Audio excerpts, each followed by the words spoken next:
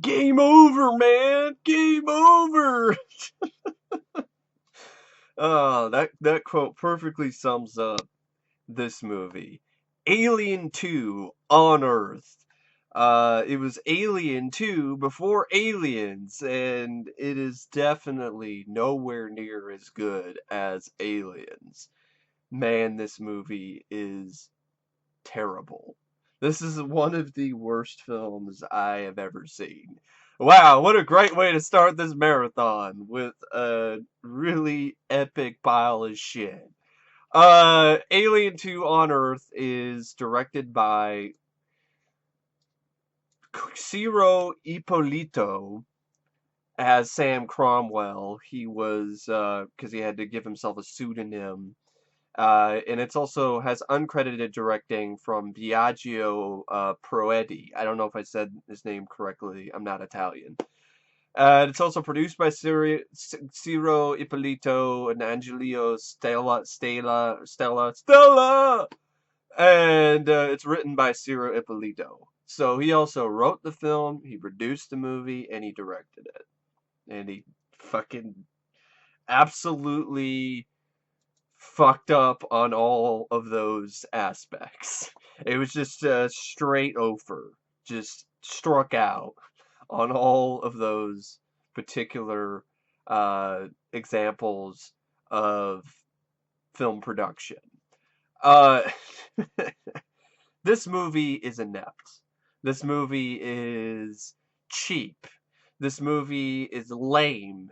This movie is boring. This movie is abysmally fucking terrible. It's so fucking bad. But there are some moments where it's laughably bad. Like, it's so bad that you can't help but laugh at it. I mean, literally, there's an ending which is like straight from M. Night Shyamalan Ding Dong, just a random out of nowhere twist. And then I swear to God, the full reveal of one of the alien in this movie, the alien, it looks like a giant asshole. It's a fucking sphincter. You see from it's literally sphincter vision. Like if you saw through somebody's asshole and you're looking at somebody, that's what you see.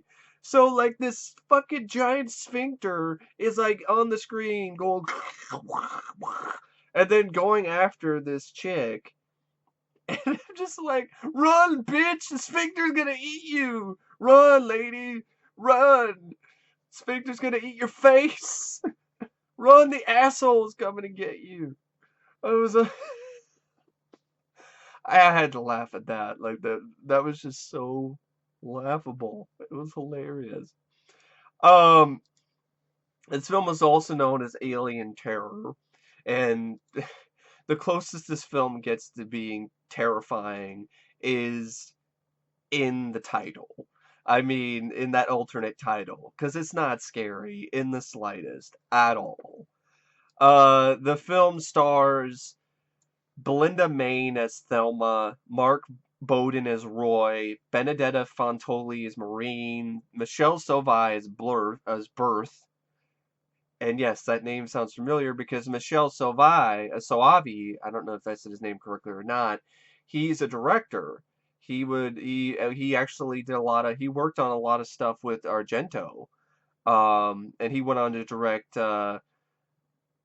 Cemetery Man, which I'm not a fan of. I know a lot of people love that movie, but Soul Never Story. Stage Fright, which I did like that. I thought it was a pretty good slasher, and that's on the list for the horror films of the 80s.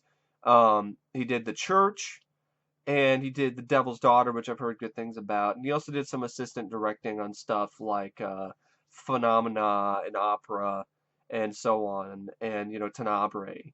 So here he's an actor. It's Birth. It was Birth. I thought it was Bert. I guess it's Birth, not Bert. It sounded like Bert to me, but whatever. Judy Perrin plays Jill. You have Donald Hodson who plays Mr. Raymond, and Ciro Ippolito himself plays a character named Joe. So Belinda Mayne, she plays Thelma, and for some reason her character has telepathic powers. but they're only used when it's convenient for the script and convenient for the story. Other than that, fuck it. She could really use them to predict when, shit's gonna go down, but she doesn't do it.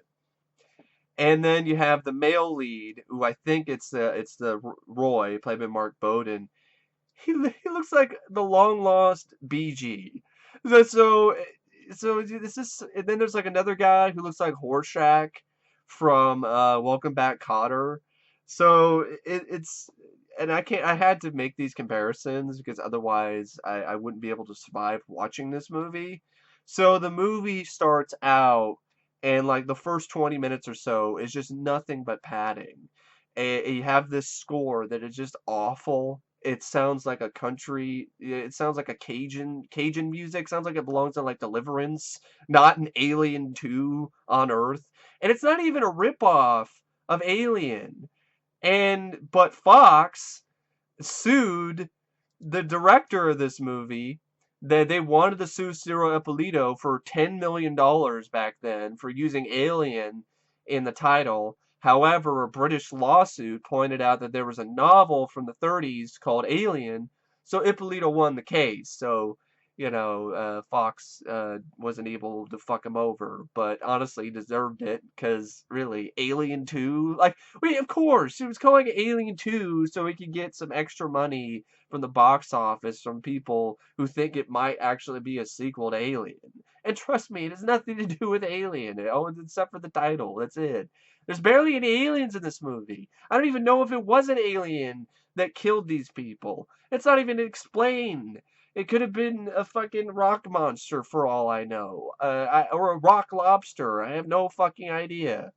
So the movie opens up, and you have this score that sucks, and then you have fucking stock footage of people like getting ready to like go into space or something, like some astronauts, and you're like, what?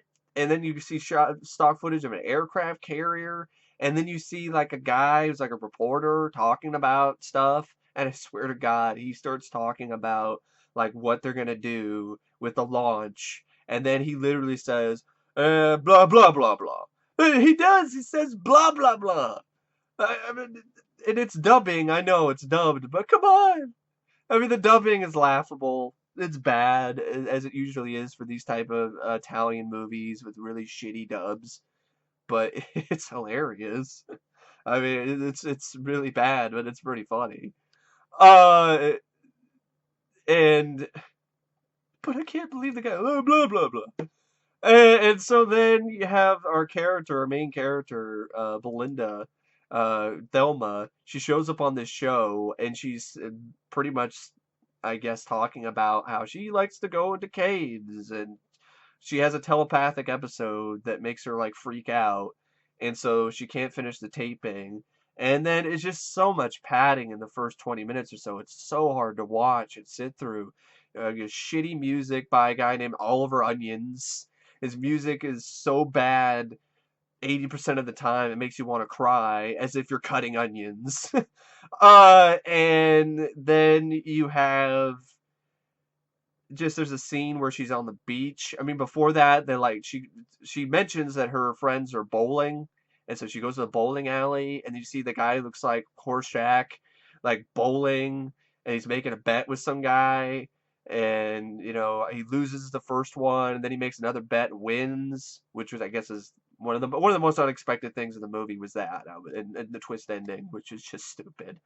But anyway, and then more bad dubbing in that, of course. I mean, hilariously bad dubbing of the black guy who runs the bowling alley. And so you just get this random stuff in the bowling alley, and that's it. Then there's nothing. Hey, here's the characters, the other characters. They like to bowl. Cool. All right. How about you bowl my balls? Movie. And then you have then it cuts from the bowling alley, and I think the bowling alley happened after this scene, but whatever, I don't fucking care. I just saw this movie, and I really don't remember what happened when. And so, if you've seen the film, you can understand why I'm all jumbled up. And I'm all shook up here because I fucking don't know, my ass from a hole in the ground right now. Uh, so you have she goes to the beach and with the guy that was interviewing her earlier on TV, and then she sees a little girl, and then she like goes no, and then the mother's like, "What is wrong with you?"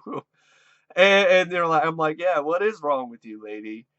And then she goes away, and then the mother with her little girl named Lucy, her little girl Lucy goes and finds in what the first sighting of something that's alien kind of related, like 20 something minutes in the 19 or 20 minutes in the movie.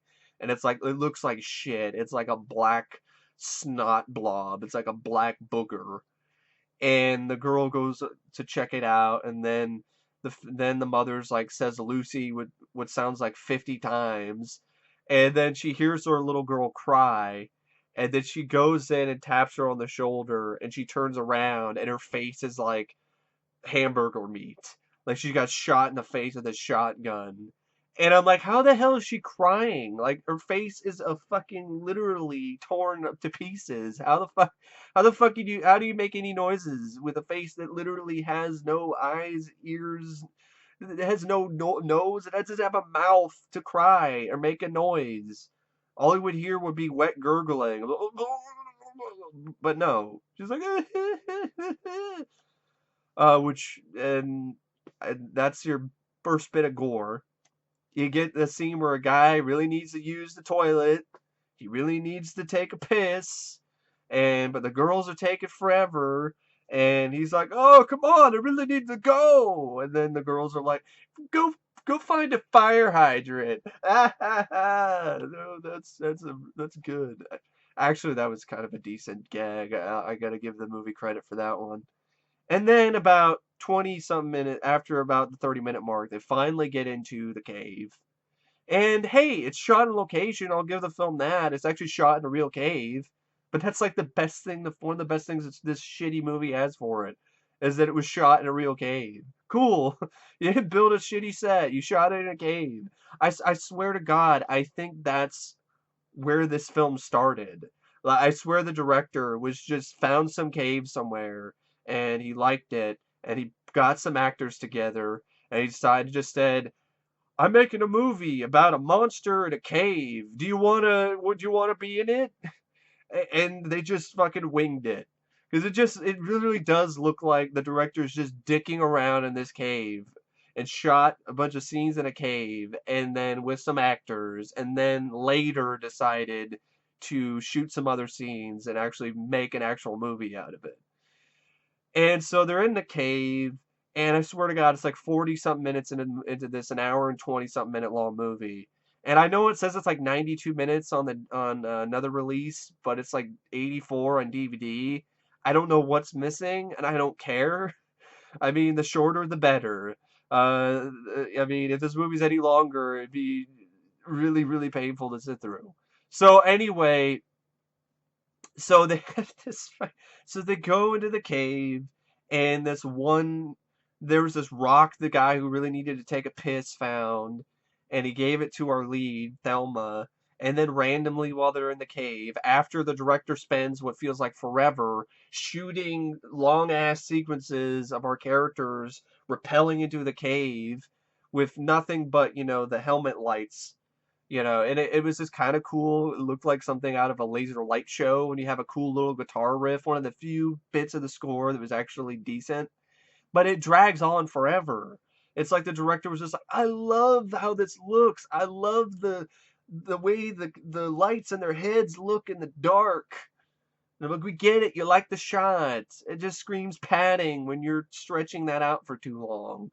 And so they rappel down in what feels like forever with a rock soundtrack that doesn't fit the sequence. It's so surreal. It's such a surreal thing to watch. They then go around looking the cave some more. One guy sees a rock formation and he's like really excited. He's like, "Well, look at this, guys. It looks like a camel." And then I'm looking at it, I'm like, no, it doesn't. It looks like a bunch of fucking rocks. It doesn't look like a camel. What the fuck are you looking at? It's just a bunch of rocks. There's other stuff like when they first get in the cave. There's even someone's like, far out. Far out? I think this is 1980, not 1978 or 76. Far out? Like, come on. Far out, man. It's Bossa Nova. Really? Chevy Nova? I mean, come, really, it was just lame. So they get in the cave, and the guy's like, it looks like a camel, and no, it's a bunch of fucking rocks. And then the speaking of rocks, the rock that the one guy found and needed to take a piss so bad ends up coming to life. And then I guess it messes with this one lady, pokes through her, like what you see is like something pops out of the rock, and because she grabs it, it's like, look at this, it's moving. Oh my god, look, peek. The little creature is basically, I'm gonna play peekaboo with your face. And Jack in the Box rock. And then you cut to this her friend who was there, who just laughably bad acting, talking about, oh my god, like that the rock, it was alive, and then this thing popped out, it ripped off her face, and she fell. And then they go and look for her, and then her face is intact, and then I swear to God, I'm not making this shit up. Then the movie cuts to the longest tracking shot I think I've ever seen, and the most pointless because it's a tracking shot on the gurney that this girl is tied to, and it just goes on for fucking forever, and then it pans, and then it leads, then you see her face, and then you see like a little tiny thing pulsing underneath her cheek, or like her eye, and then this really shitty like alien hand puppet pops out of her face. It's so anticlimactic. It's fucking lame. And then like it attacks one guy, and then he like falls upside down over part of the cave upside down, and then the thing like grabs his throat and he bleeds a bit, but it's nothing much. The blood looks like red paint. It doesn't even look like blood. And then his head just slowly falls off. And then everybody freaks out. And this is like 40, almost 50 minutes into this movie. And then the rest of the film is a bunch of fucking just more fucking padding and trying to build suspense with long ass fucking sequences that don't work because there's no characters that you give a shit about. And you don't know why the hell they're in the cave. Why are they in this cave? We don't know why they're even here. They just like to explore caves, I guess. And they found a rock that had an alien in it or a monster. And there's a few shots, like one, the telepathic lady all of a sudden figures out how to use her powers again, tries to warn some guy, and I think it's Michele Soavi, and he gets eaten by what looks like a bunch of dick fingers. It's like little tentacles that come fall out of the sky and eat him. Woohoo! Like one other girl like got crunched but off screen, and there's blood on her face, more like red paint. And then another guy comes in and like he gets red paint poured on him. And then Thelma and fucking Barry Gibb, the Lost Bee Gee, Thelma and the Lost Bee Gee, brother. They get out of the cave, and then the film was trying to set up this twist ending where everyone's dead. The alien ate everybody. But there's a shot where they drive off and they park. They go back to the bowling alley for some reason, and they park, and you literally see like multiple cars on the road just waiting for a red light. So I'm like, that's how incompetent this film is. I mean, it's how cheap it is too. I mean, I'm supposed to believe it's a twist ending where everyone's dead, but then I'm like, there's fucking 3 cars waiting for a red light on the road. I mean, I don't buy it. I don't believe it. You should have shot it at a different time of the day, but you probably didn't have a choice because you had no money. So then you go to the bowling alley, and I swear to God, the director just loves to show how bowling alleys work. Because there was multiple shots of like from inside where the pins are collected, and he just shows that like over and over again in this particular sequence. And that's where the sphincter shows up. The sphincter from hell. A fucking bloody hemorrhoid filled looking sphincter chases after the lead girl, and because the sphincter ate the lost BG, and then she runs around and she's running around in the city. And here's another laughable bit. Here's this in this movie is that randomly when they're trying to get away from out of the cave, they could for some reason the director decides to shoot them in slow motion. So they're running out and trying to run out of the cave, and they're like, and I swear to God, I'm like, I'm the man in motion. Say Elmo's fire, running in fucking running in slow motion like the man in motion. Just fucking laughable. I mean, it was so bad. I mean, there's even like, I mean, oh my God. And then they get to, then of course after that they escaped.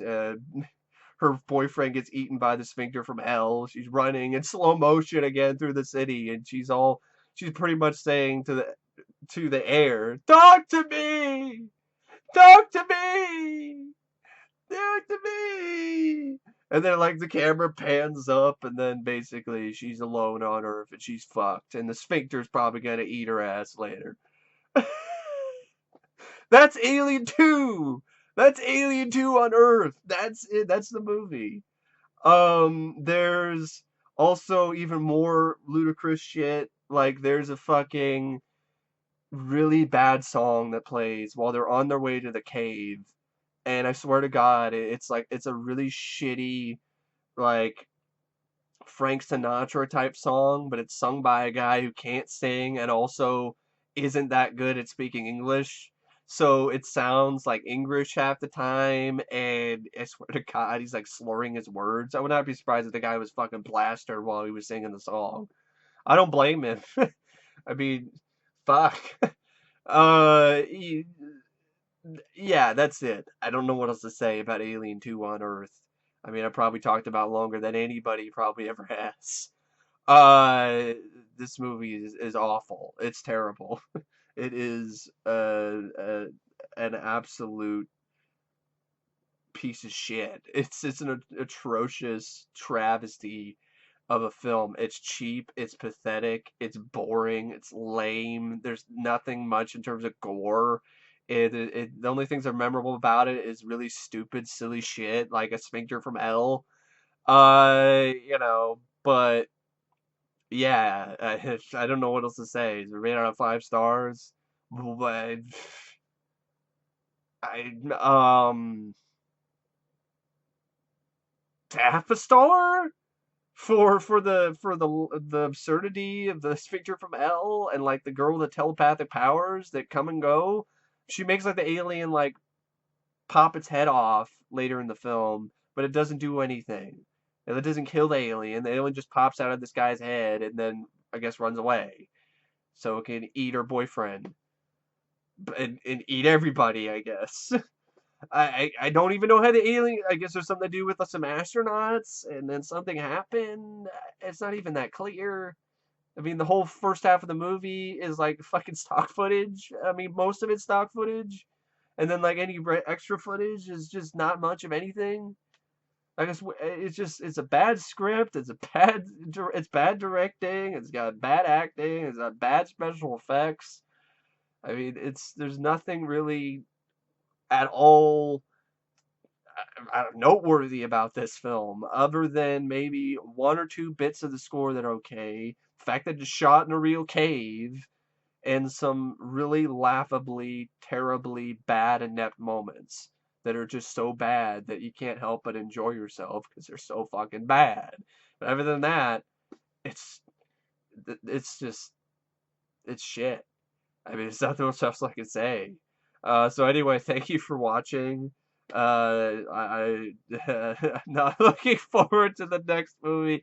It's gonna be as bad, or if not worse. I've seen The Alien Dead before. I know how bad it is. I think I'm gonna be clamoring for this movie because at least I can laugh at this one at about how bad it is. Alien Dead is just fucking the type of bad that's just really just bad, period. Not laughably bad, just fucking bad. Like so bad you want to put a bullet in your head bad. But anyway, wish me luck for that one. And thank you for watching my review of Alien 2 on Earth. And I will see you guys later. See ya.